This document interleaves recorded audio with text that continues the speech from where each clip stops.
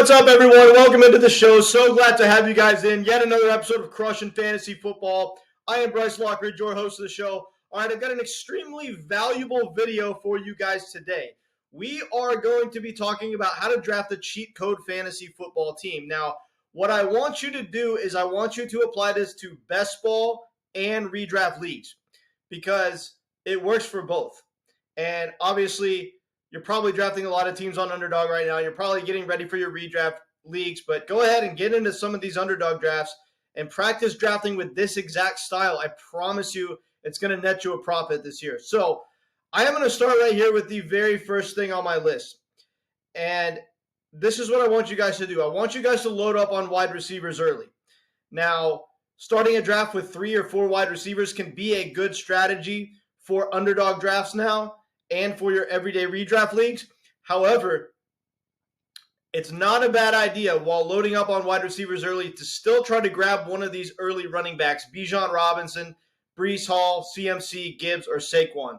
Those top 5 guys have like pretty much a superhero ceiling this season. I think that we're going to see 1 or 2 running backs this year that put up over 24 fantasy points per game. It's been a very long since we've had 2 running backs do that in the same season. So I think that we're going to have some crazy ceiling performances from running backs this year. So yes, load up on wide receivers early. This is very valuable, but you can still draft a hero running back and take a wide receiver with 3 out of your first 4 picks. So loading up on wide receivers early does not mean that you can't grab one of these first-round running backs. So load up on wide receivers early, but also try to grab one of these top 5 guys at the running back position. Next is to make sure that you're getting your ADP from Underdog drafts. So if you're talking about going over to your ESPN leagues and you're doing your mock drafts or you're drafting soon, make sure that you understand the difference in ADP between the Underdog drafts and the mock drafts that you're doing on ESPN, because the Underdog ADP is significantly more accurate. I'm not going to waste a whole lot of y'all's time talking about that, but just make sure you do that.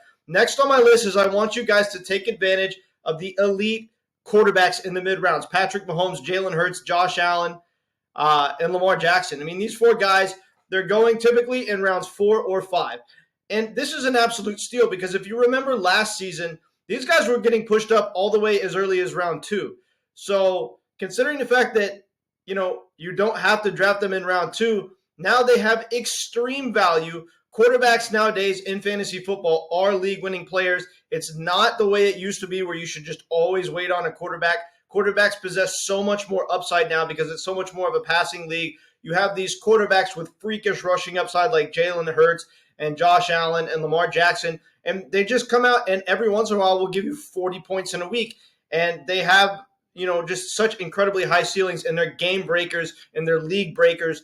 They wreck leagues, and you need to take advantage of these elite mid-round quarterbacks. Next on my list is I want you guys to do a majority of your research on sleepers and not the early round guys. Yes, it's important to hit on your early picks, but it's ultimately sleepers that separate the men from the boys in fantasy. You look at last season, Puka Nacua and Kyron Williams. If you drafted those guys late, and I don't know how you would have, because it was extremely hard to figure out that those 2 guys were going to be the biggest, most productive sleepers in fantasy. But if you were able to draft them, if you were savvy enough to draft them, they probably won you your league because, you're getting first-round value in the very last round. So if you are doing a lot of fantasy football research, yes, you want to know who to grab early, but do a ton of your research on the sleepers in the later rounds. Some sleepers that I have here that I really like in the later rounds of Underdog drafts and really just any league is Greg Dortch, DJ Chark, Dameon Pierce, and Chase Claypool. I would recommend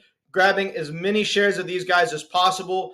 Greg Dortch, I like the situation in the offense. DJ Chark, I think, has the upside to have a lot of serious spike weeks with Justin Herbert throwing in the ball. We know that DJ Chark has a great combination of size and speed. Dameon Pierce is going to be used in the Texans offense this year and get you some cheap touchdowns. And if Joe Mixon goes down, he has freakish, crazy upside. I like Chase Claypool. He's shining in OTAs and everything like that. We're going to see if that translates into training camp. If the momentum keeps going with Chase Claypool, I say let's go ahead and hit the Chase Claypool button. Take a shot on him as a late-round flyer.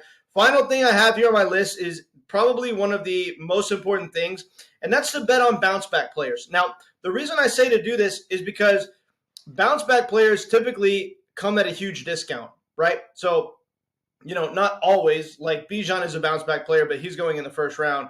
But, Jalen Waddle, Deshaun Watson, Cooper Kupp, Joe Burrow, all these guys have ADP lower than what they should be. And the reason is because they were a bust last season. If people are coming off of a bust season, if players are coming off of a bust season, then, typically their ADP is way lower than it should be. And in all reality, odds are, if they're a very good player who has a track record of fantasy production, they're not going to bust 2 years in a row, right? So odds are the majority of these guys will bounce back successfully, and you're getting them at a discount because they were a bust last season. So betting on Bounceback Players is a huge way to get a massive ADP advantage. All right, guys, just wanted to drop that video for y'all real quick. Make sure to implement these strategies into your drafts.